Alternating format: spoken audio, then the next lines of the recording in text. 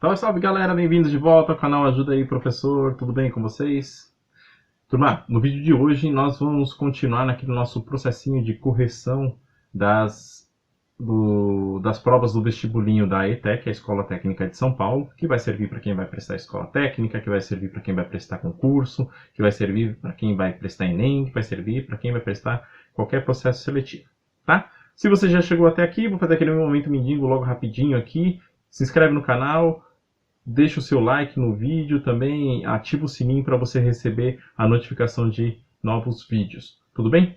Bom, turma, vamos começar fazendo a leitura do texto antes de resolver propriamente a questão 44. Olha aí.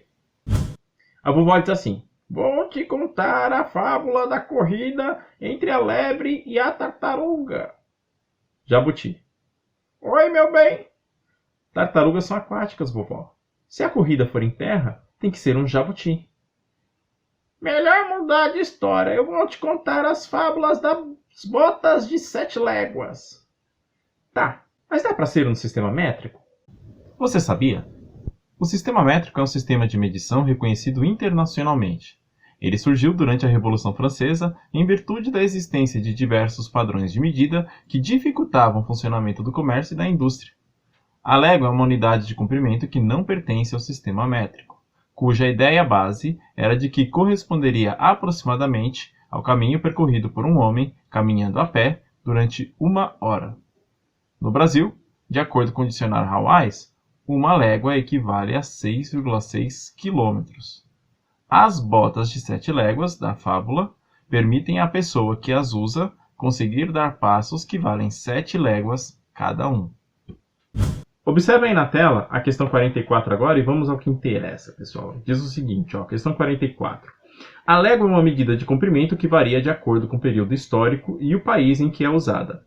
Segundo o dicionário Priberan, por exemplo, ela equivale a 5 km em Portugal. Pode-se, portanto, estimar que a légua brasileira é maior que a portuguesa em cerca de A, 76%, B, 68%, C, 32%, D, 24% ou E, 13%. Bom, turma, a questão é a seguinte: o que o examinador está querendo da gente? O que ele está querendo saber? Primeiro, vamos registrar aqui um ponto importante, que é o quanto equivale a légua em Portugal. Como a gente pode observar no texto, no Brasil ela valia 6,6 km, em Portugal ela está valendo 5 km. E aí o que ele quer saber, o que é importante a gente saber para definir o que a gente vai fazer na questão, está exatamente aqui nesse ponto do texto.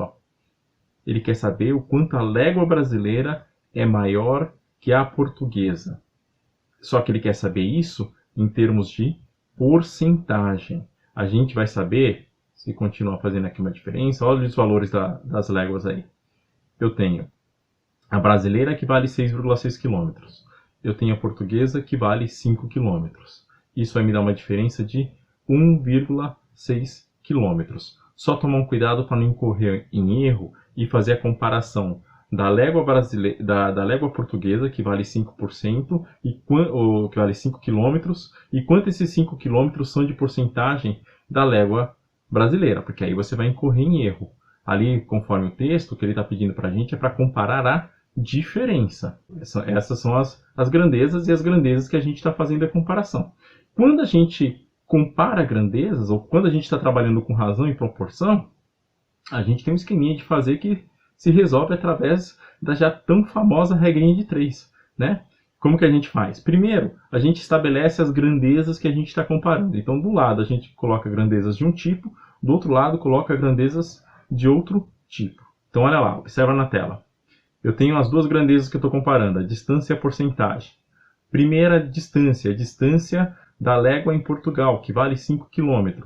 Isso equivale a quantos por cento comparado àquela diferença? Equivale à distância total, que é de 100%. E 1,6 km equivale a quantos por cento quando comparado aos 5 km? A gente não sabe. Então, quando a gente não sabe, a gente coloca uma incógnita, nesse caso, o x. Aí você vai perguntar, tá bom, professor, e como que a gente resolve isso? Olha só na outra tela. Eu monto uma razão, estabeleço uma proporção, ou seja, eu sei que eu tenho a razão ali de 5 km para 1,6 km e a razão de 100% para x. Ou seja, 5 está para 1,6, assim como 100 está para x. E aí eu faço aquela multiplicação em x, como está aí na tela. O meu 5 vai multiplicar o x e o 1,6 vai multiplicar o 100. Isso vai me dar o quê? Vai me dar uma equaçãozinha. E aí eu resolvo isso como eu resolvo qualquer equação. 100 vezes 1,6 vai dar 160. E o 5 que está multiplicando, eu passo ele para o outro lado, fazendo a divisão. Logo, o valor do x vai ser igual, como você observa aí na tela, 160 dividido por 5. Isso vai dar para a gente o valor de 32%, que é a alternativa C de casa, 32%. Alternativa C de casa, e as demais alternativas estão erradas. Tudo bem, turma? Deu para entender? Ficou alguma dúvida? Se ficou alguma dúvida, deixa um comentário aí no vídeo, eu respondo o comentário. Se você já chegou até aqui, vou pedir lá mais uma vez o Momento Mendigo, se inscreva no canal, ative a notificação, clica lá no sininho e também já dê um like no vídeo. A gente vai ficar por aqui. Fique aguardando aí novos vídeos com resoluções de questões, Soroban e outras várias coisas que a gente trata no canal, tá bom? Um beijo e até a próxima.